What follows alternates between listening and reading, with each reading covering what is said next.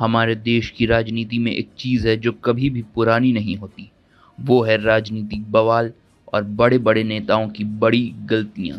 अब बात करें निर्मला सीतारमण की, तो वो भी इस परंपरा से अछूती नहीं है। देश की वित्त मंत्री, जिनकी जिम्मेदारी देश की अर्थव्यवस्था को सही दिशा में ले जाने की है, वे आजकल अपने ही कदमों में फंसती चली जा रही हैं। चलिए कहानी को थोड़ा मज़ेदार अंदाज में समझते हैं कि कैसे वित्त मंत्री ने चुनावी बॉन्ड के चक्कर में फंसकर खुद को एक नई मुसीबत में डाल लिया।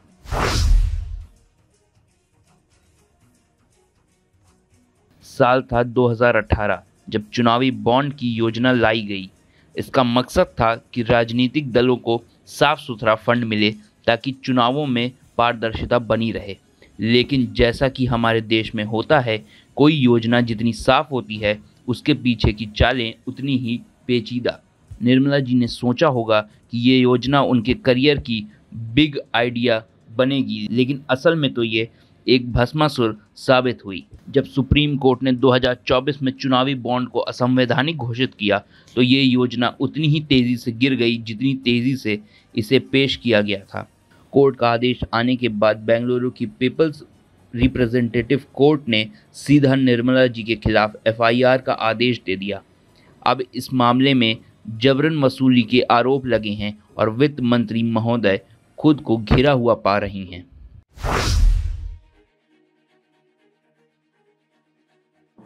अब बात आती है उस एफआईआर की जिसने निर्मला जी की रातों की नींद उड़ा दी है।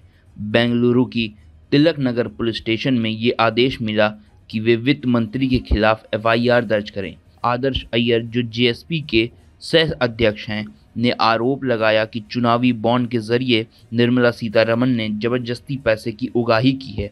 अब जरा सोचिए, एक वित्त मंत्री जो देश के खजाने की संभाल रही हैं, उन पर उगाही के आरोप लग रहे हैं। राजनीति की मजेदार दुनिया में एक और ट्विस्ट। अब चुनावी बॉन्ड के पीछे असली कहानी क्या है, ये तो समय ही बताएगा। लेकिन एक बात साफ है कि जैसे ही ये मामला सामने आया, निर्मला जी का चेहरा उतना ही लाल हुआ जितना देश का बजट पेश करते वक्त होता है। और ये मामला राज्यों की आगामी चुनाव से ठीक पहले उठा, जिससे उनके विरोध में इसे खूब भुनाने की तैयारी होने लगी।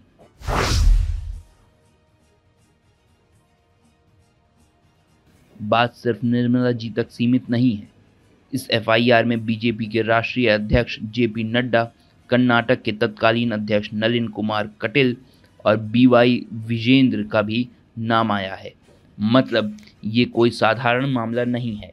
ऐसा लगता है कि इस बार वित्त मंत्री और उनके साथी खुद अपने ही जाल में फंस गए हैं। अब सवाल ये उठता है कि निर्मला जी ने असल में गलती कहाँ की? क्या वो इस योजना की जटिलताओं को समझ नहीं पाई, या फिर उन्हें लगा कि देश की जनता इस मुद्दे पर चुप रहेगी? वैसे राजनीति में जनता की याददाश्त थोड़ी कमज़ोर हो सकती है, लेकिन कोर्ट की नहीं।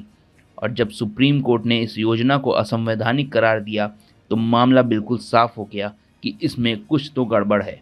इस मामले की सुनवाई 10 अक्टूबर तक स्थगित कर दी गई है। लेकिन तब तक निर्मला जी को शायद समझने का मौका मिल जाए कि राजनीति में कभी कभी बड़े कदम उठाने से पहले बड़े सोच विचार की ज़रूरत होती है।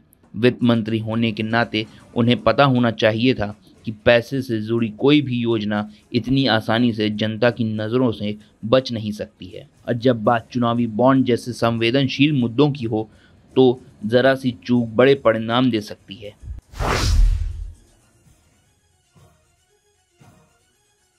अब इस पूरे मामले को लेकर विपक्ष भी मजे ले रहा है। उन्हें तो बस एक मौका चाहिए था और वो निर्मला जी ने खुद ही दे दिया। चुनावी बॉन्ड के जरिए पैसा इकट्ठा करने का आरोप लगते ही विपक्ष ने इसे नया घोटाला करार दिया। वैसे इस बात में भी कोई शक नहीं है कि जैसे जैसे चुनाव नज़दीक आएंगे, इस मुद्दे को उछालने के लिए विपक्ष पूरी तैयारी करेगा।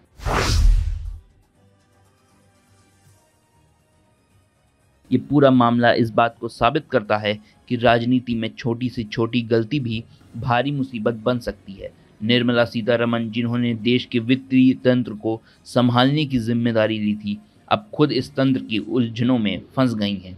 चुनावी बॉन्ड, जिसे वो कामयाबी का सबसे बड़ा सबूत मान रही थी, अब उनके करियर का सबसे बड़ा सवाल बन चुका है।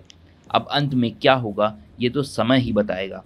हो सकता है कि 10 अक्टूबर के बाद चीज़ें निर्मला जी के पक्ष में जाएं या फिर मामला और भी गहरा हो जाए। लेकिन एक बात साफ है कि इस पूरे प्रकरण ने देश की राजनीति को एक नया अध्याय से जोड़ दिया है। जनता को अब एक नई कहानी मिल गई है जिस पर चर्चाएं होंगी, मजाक बनेंगे और शायद कुछ सबक भी मिलेगा। तो निर्मला जी अगली बार किसी भी योजना पर काम करने से पहले थोड़ा सोच समझ कर काम करिएगा, क्योंकि राजनीति में कभी कभी छोटी सी भी चूक करियर का सबसे बड़ी गलती बन सकती है।